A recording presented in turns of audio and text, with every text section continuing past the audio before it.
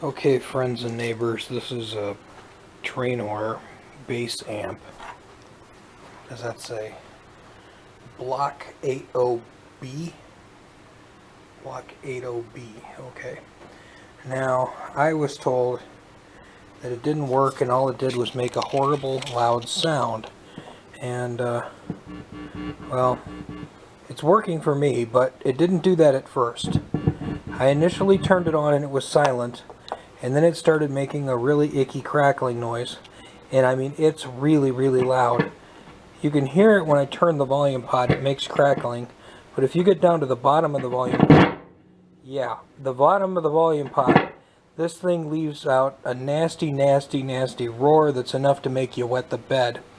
So I'm thinking there might be cracked traces in the carbon of that potentiometer. The other pots here for bass, mid, and treble seem to be okay. So, dare I say it, this might be easy. We might just have an issue with our volume pot. Let's hope. Well, the methodology used to assemble this amp is going to make disassembly inconvenient. In order to get to the board, to the other side of the board there, to get to that pot, we're going to have to remove that bolt, unbolt all of the transistors, that bolt, and the 4 that are on the pots up front, and we're probably going to have to remove the bolt from that rectifier. I honestly don't think there's anything beyond that potentiometer that's wrong with this, but I can understand with how loud the bang this made that any sane person would have panicked and shut it off immediately. Okay, well, getting the board to flip over so I could solder on it was particularly aggravating, and then getting this part out was kind of aggravating too.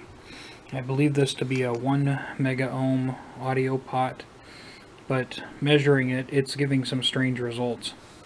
The wiper is the middle. If you measure from end to end, you know, I see about 1 meg.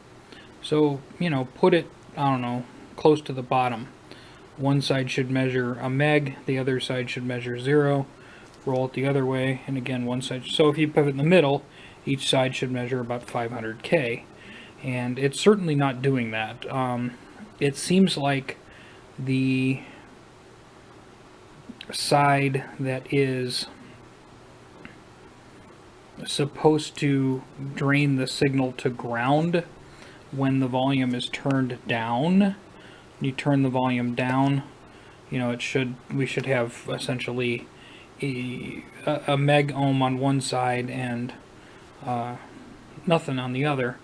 And at that point I'm actually seeing like it's disconnected. So there's something wrong in that pot. So I gotta find a 1 meg audio pot that I can make work. Well, let's be hopeful. From the outside, one would never know that I was in here. Hee hee. But from the inside you can see we have it's a 1 meg audio pot, but it's certainly not by the same manufacturer that made those. But it is compatible, and it actually is one that would be used in a different model guitar amp.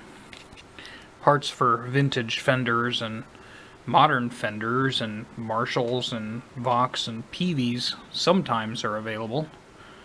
Traynors are not really as easy to get stuff for, but that should be an electrically compatible part. And considering that I was told, well, if you can't figure out why it's making that god-awful noise, at least you got a speaker out of it and you can just keep the damn thing.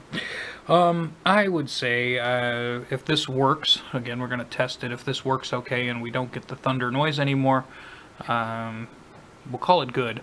It's not that I have any disrespect for Traynor or Yorkville or anything like that. It's this particular amplifier is not on anybody's list of classic must-haves per se, although I'm sure it's a very usable amp. It's certainly loud.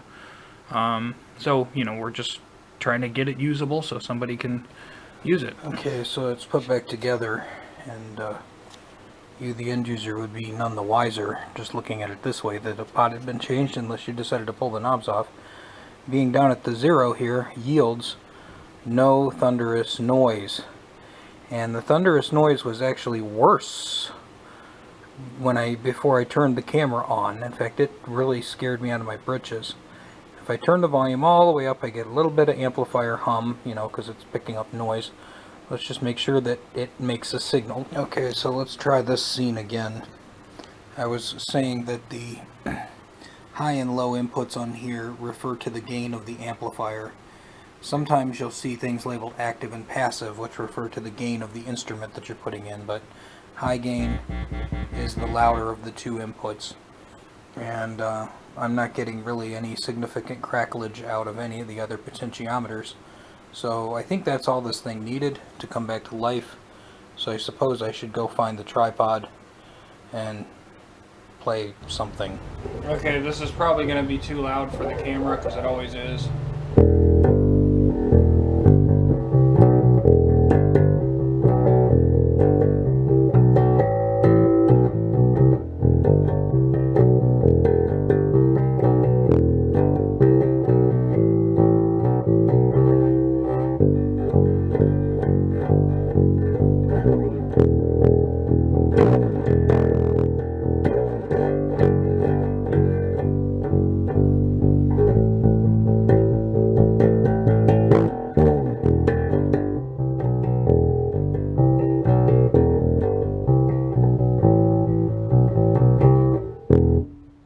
Okay, so this sounds to me more like a PV than a Fender.